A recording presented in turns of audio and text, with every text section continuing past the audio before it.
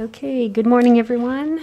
I'm going to call this meeting to order. Rochelle Murillo for the record. I am the staff liaison, but because we need to elect a chair and a vice chair today, I'll be running the meeting. So I'll call it to order at 10:30 on January 7th. Item 1.02, roll call.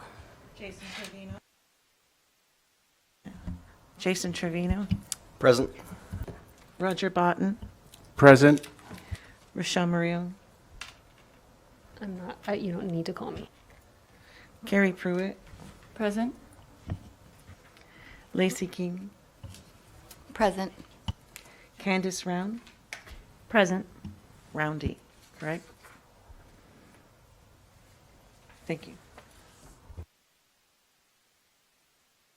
Okay, moving on to item 2, items for presentation, discussion, and information, and/or action or public comment. We don't have any public comment at this time, correct? Not at this time. Okay, item 2.01, introduction of the new Student Attendance Advisory Committee member, Candace Roundy. Welcome, Candace. We wanted to officially welcome you to our committee. Thank you for being here. We appreciate it. And didn't know if you wanted to introduce yourself to your fellow committee members. So my name is Candace Roundy. I'm with Juvenile Services. I've been with them for 16 years. 12 of that was with probation. Worked in many different units within the juvenile probation department, from the front end community service all the way to our behavioral health unit and some of our most severe units that we tend to supervise. And recently promoted to probation manager, and that's about it. That's me. Thank you for having me. Welcome. We're so glad to have you. So thanks for coming. Any questions for Candace before we move on? Okay. Item 2.02, approval of the minutes of September 10th, 2021, meeting of Student Attendance Advisory Committee. This is an action item. If you don't have a copy of the minutes and you need it, please let me know. Otherwise, I would need a motion if you are comfortable approving those.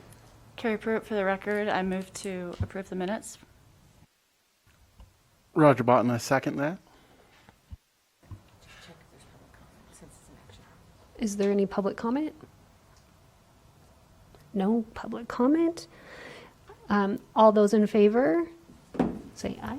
Aye. Aye. Any nays? Okay, minutes are approved.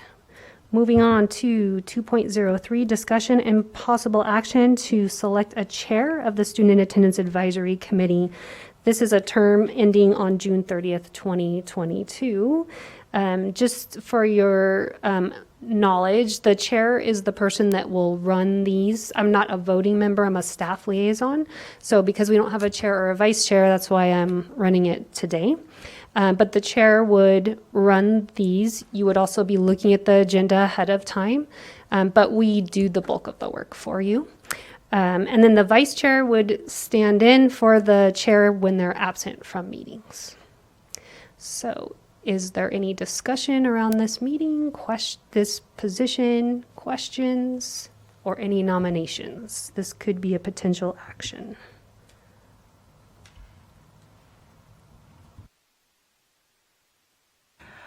Can we nominate ourselves or nominate someone else, or how does that work?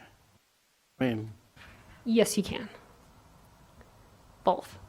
I would volunteer for either position. Roger Botten, for the record. Are there any questions or discussions for Roger? And if not, we would need a motion to approve him as a chair. Carrie Pruitt, I move to approve Roger Botten as chair of our committee. Lacey Keel for the record. I second that motion. Any other discussion before we vote? Okay, any public comment? There are none. Okay, all in favor of Roger Botten for chair of the Student Attendance Advisory Committee, please vote yay. Yay. Yay. Yay. Yay. Yay. Any nays? Seeing none, congratulations, Roger. You are our next chair for Student Attendance Advisory Committee. Thank you.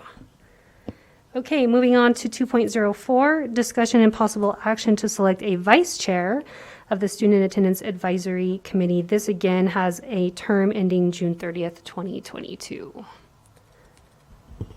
Lacey Keel for the record. I will go ahead and volunteer for that position. Thank you. Any discussion or questions regarding this position? Otherwise, we would need a motion to approve. Roger Botton, I make a motion to approve Lacey Keel as a nominee for the vice chair. And we need a second. Carrie Pruitt, I second that motion. Okay, any public comment on this? Seeing none. All those in favor of Lacey Keel as vice chair of Student Attendance Advisory Committee, please say yay. Yay. Yay. Any nays? Seeing none, congratulations, Lacey, for being our vice chair. Appreciate that. Okay, moving on, we just wanted to review, we are on 2.05. This is a discussion-only item. We just wanted to look at the meeting schedule, just discussing how we're meeting. And the next one is March 11th, 2022. And then Dodie, remind me, when is our last meeting? Should be,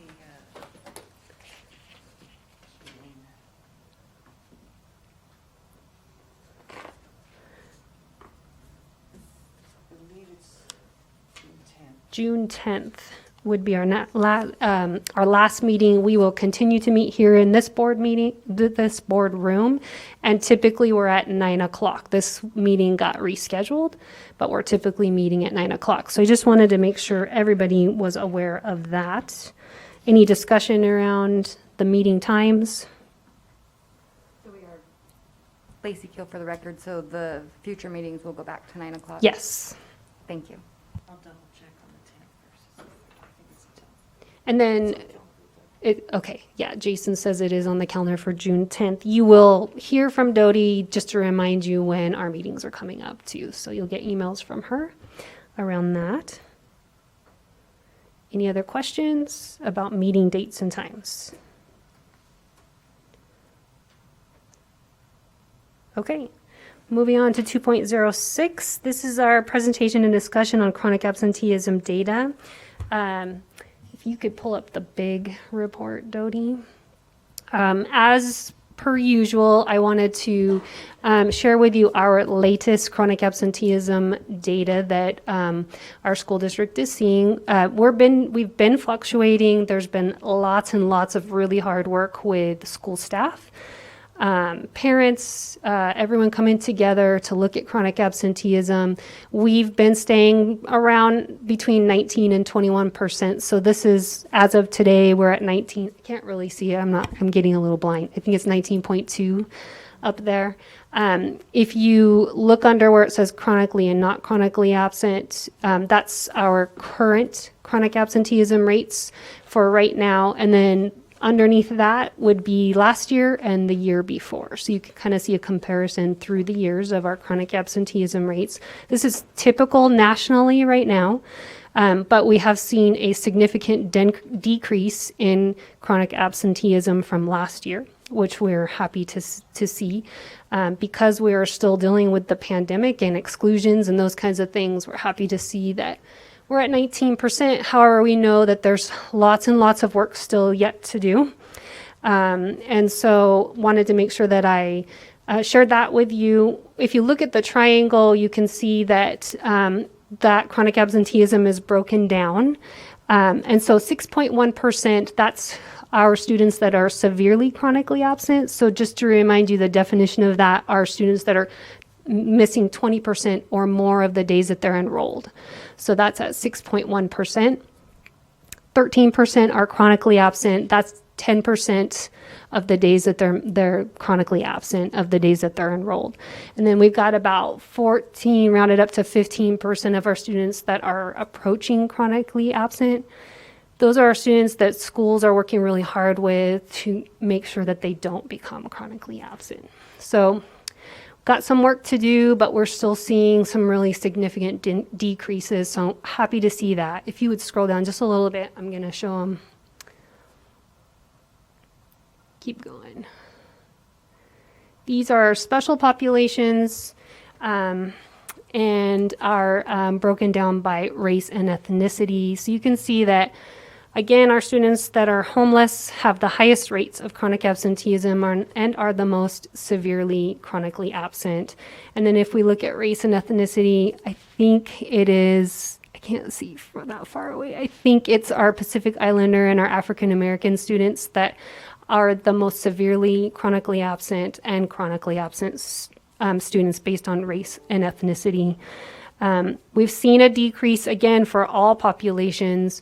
And then I think we wanted to have Carrie kind of address those students that are in foster care. They still have pretty significant rates of chronic absenteeism. And so she wanted to kind of address some of those percentages and numbers that they are seeing on their side from Human Services Agency. Thank you, Rochelle. So there's two things I wanted to share. One is just to let you know, we are working on our data transfer from Human Services to the school district. So every night our system pulls data for all open cases, foster cases, and electronically transmits that data to the school district, and it populates the Unity Foster tab, which is what the queries pull the data from.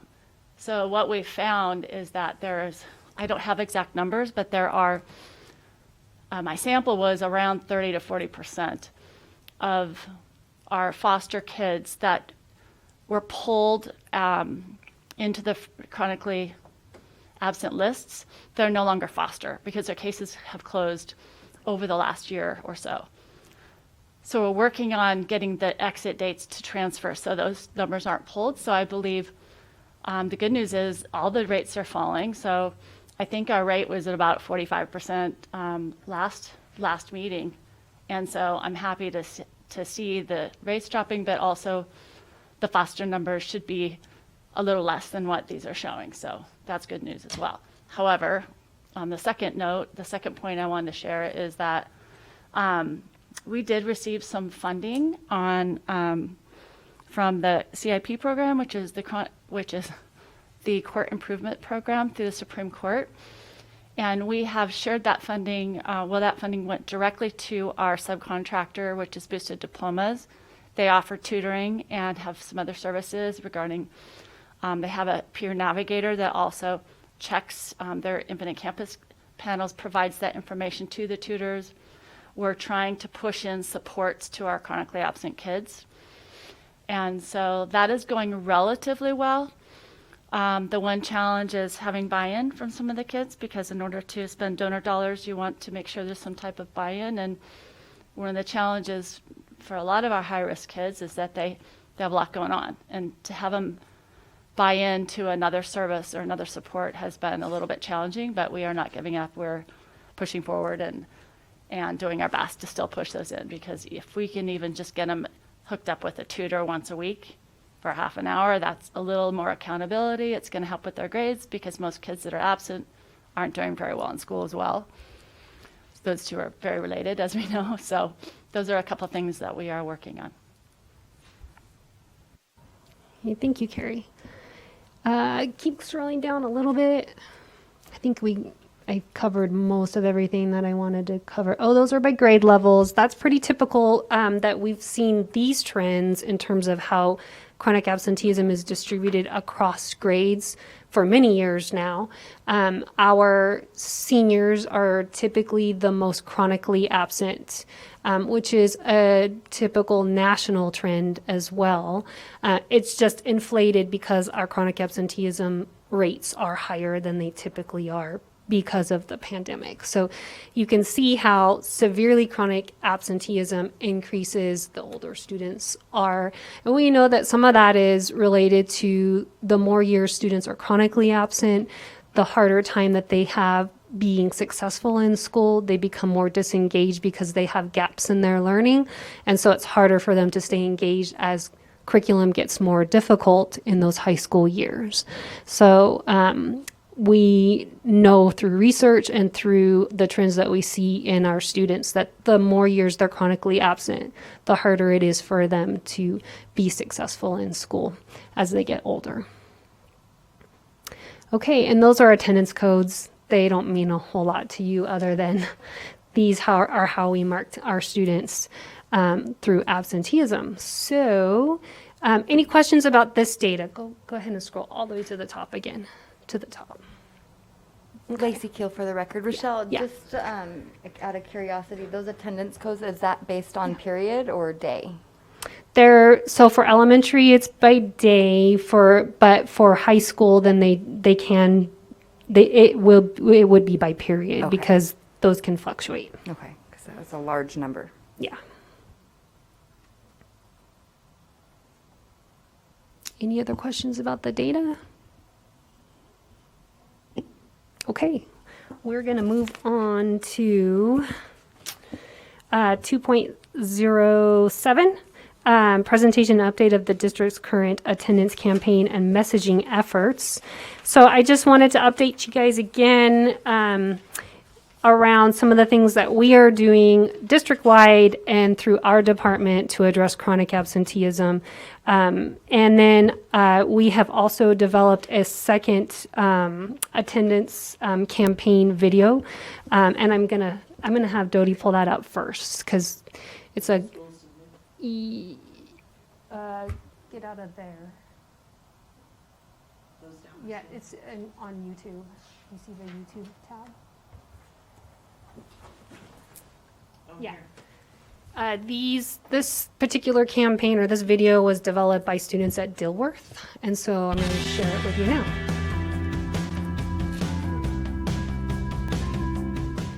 When I'm older, like I could have like a good education and maybe get a scholarship and like pass like with straight A's. That's one of my goals in life. Graduate high school and then going to college and then getting a college degree. It's important because you want to like get like the good grades so you can grow up and be a successful person in life. And without good grades, there's no way I can play sports. And I want sports to take me somewhere in life. I just didn't like class. I've been doing better because the counselor's been helping me a lot. She's like really great at listening. She gives you great advice, and then like you feel so free to talk with her, and it makes you feel so comfortable being here at school. They're always there for you and they'll listen to you and great advice. I didn't come to school last year at all. Maybe like 15 days out of the entire year last year. I see my friends, I'm like, they're doing good, so I should do the same thing. The principal, Mr. Peixoto, he's a great guy. I see him every day and it just makes my day to talk to him. Instead of stopping and talking to my friends, like I try to get to my classes on time. I also like want to be here every single day. This school can help pick you up and take you down the right path when you're doing something wrong. You may have like struggles, but like in the end you'll like get through it.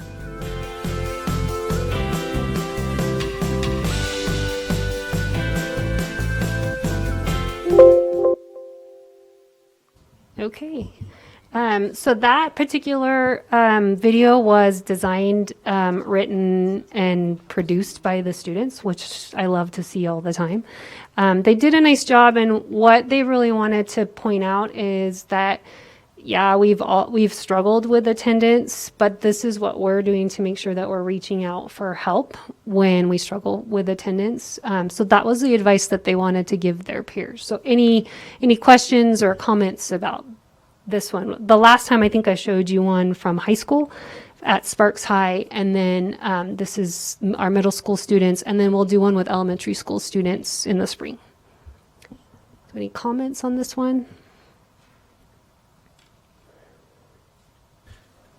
Jason Trevino for the record. So what's the reach on, I see it has like 300 and something views. Yeah. Like how are they pushing it out? Like is communications trying to push it out to anywhere? Or? Yeah, so communications helped us to develop it and actually like put it together. They've been putting it through the social media, but they also did a smaller version of it and gave it to KMPB, so it's been out through KMPB as well. And they did release it to other channels like Channel 4, to some of the media, local media sites, and I haven't seen that they've picked those up, but KMPB did. So those are the two areas, and then the United Way picked it up, so through their social media campaign, they've been pushing it out as well. So we've got a couple that have picked up on it. I think it's a nice method to go with student voice, what they're saying, and I think that's important. A lot of times that can get ignored just by people just telling you why you go to school, why you should be there. It's good to have the students listen to each other. Anything else? Okay, let me give you a couple of other updates. We had a private donor provide us some funding for 3 new positions that will be located at middle schools, 6 middle schools. Those positions will be solely focused on addressing chronic absenteeism and working with students who are chronically absent at 6 of our middle schools. It's Shaw, Mendive, Clayton, Cold Springs, Billinghurst, and Swope. We are hiring for those positions Tuesday. We'll be doing interviews. And if we are able to find qualified candidates, they should be starting soon, and they will be working with students at those 6 middle schools. So they'll be split between 2 middle schools. Half of their time will be at one school and half will be at the other school. And that's a private funder funded through the end of this calendar year, December 31st, 2022. We are launching our attendance messaging pilot this semester. And so you may have heard about this, but we developed about 30 text messages and emails that go out, and they provide families strategies and things that they can do to support attendance at home, and ideas that they can do at home to encourage students to stay motivated and to continue to go to school. So families in that pilot area, it's the North Valleys area that we're focusing on and piloting, will be receiving those text messages. That'll be valuable information for us to see our parents opting out of those text messages because they don't want to get those text messages. Will they find them valuable? So we're hoping to get some feedback from families about whether those are valuable for them. So we'll be doing that pilot coming up here fairly soon. That will be launched in that area. Let's see, we've also developed the Principal Toolkit training. That is done and ready to go. I still have to go to our Office of School Leadership to get the final approval on that, but you can find it on our Intervention Department website, the washoeschools.net/attendance.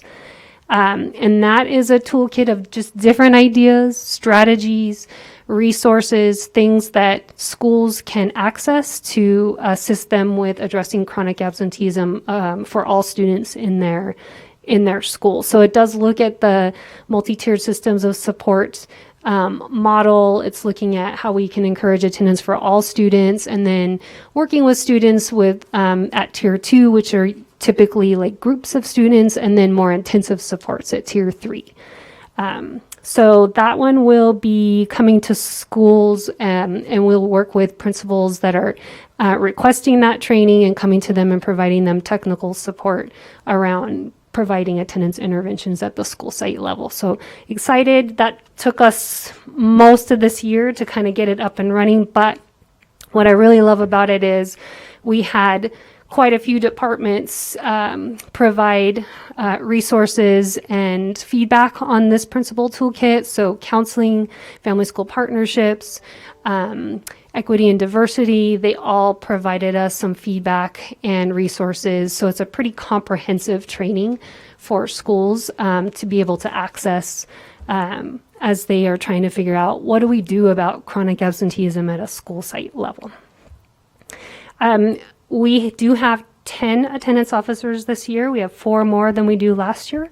And they have all been assigned to a school. So every school has an attendance officer that's assigned to them, even elementary schools. What's nice about having 10 attendance officers are they only have one high school on their caseload. They have a couple of middle schools, and then they have quite a few elementary schools, but that allows them to be more present and respond more quickly at especially the middle and high school, where we definitely get a little bit more busy at those grade levels. Student Attendance Review Board has been pretty busy. Elementary is really slow. I don't know why, but we have not gotten a ton of referrals from the elementary side, but our SARB is booked out through February 10th. So we're busy, and that's all day long on Thursdays. So that's going well. And then we did get some ARP funding through McKinney-Vento.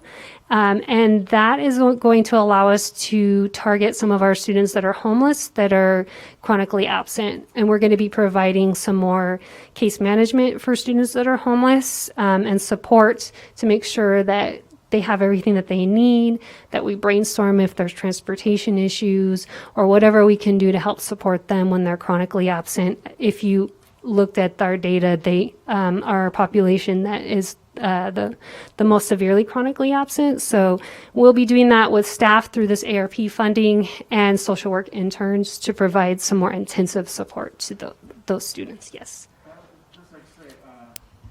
Sorry, Roger Botton, for the record. I'm concerned about the slowdown in elementary SARBs. I don't think attendance has improved enough to slow it down.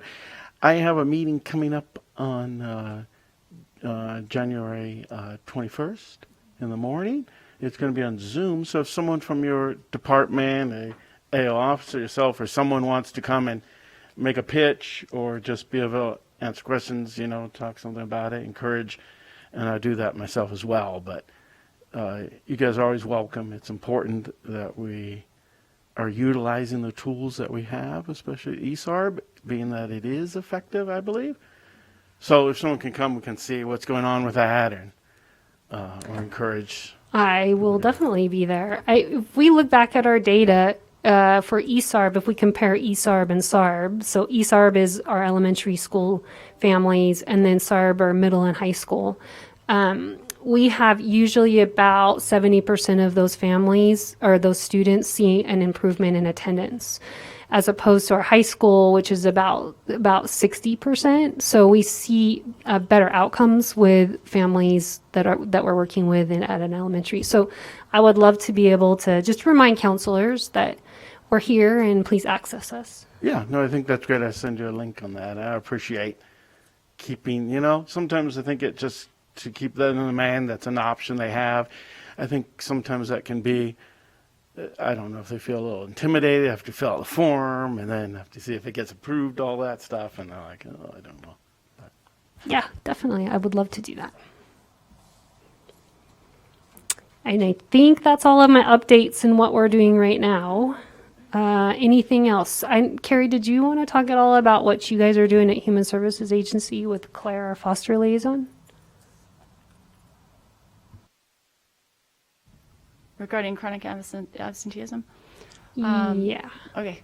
Well, Claire pulls a list every month of, actually, it comes out to be 2 lists, and it's kind of tied into that, the list I was referring to earlier. And so there's chronically absent and then severely chronically absent. So we look at those lists. I know that Claire spends time to look at what the trends are, like if the student has been off on exclusion, or if he or she has changed schools, or just looking at trends and what's been going on based on their basically their IC panel, so we can identify just strategies to support the student. And then she also reaches out to directly to the social worker. And I'm looped into a lot of those emails. So there's a conversation with the social worker about, hey, did you know, or can we help, or is there something that we should know where we can provide additional supports? Meaning from the school district side or from the agency side, just to support the worker, because the workers have such huge caseloads that it's a lot. It's another thing, and sometimes they just don't have time to do all the things that they need to. So that's been an ongoing effort, and being able to have those separate lists just for foster allows us to refine our processes, look at the data, and make sure the lists are accurate, and find ways that we can support these kids. So yeah. And I have a question. Yeah. I'm really happy to see the attendance officers numbers have gone up. The re-engagement officers, has that number gone up? And I'm not sure I remember. Were there 4? No, we've always had 6. 6? I'm sorry. We don't Okay. have any new re-engagement officers this year. Yeah. Well, that's more than I thought we had. So in my mind, it just went up. And for those of you that aren't familiar with re-engagement specialists, they work with students that are not currently enrolled, and they work to get them re-enrolled somewhere at an academic setting that works for them. Any other thoughts about what we're doing, or any updates on what anyone else is doing?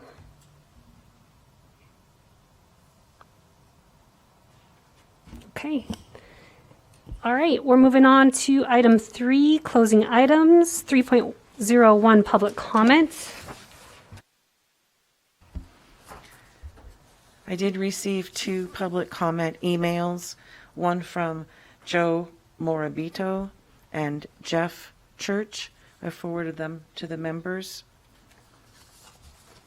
Okay, thank you, Dodie. 3.02, our next meeting is Friday, March 11th, 2022 at 9 a.m. here in this boardroom at our admin building. 3.03, adjourn the meeting. Thanks everyone for being here. Appreciate it. Got you out of here early today.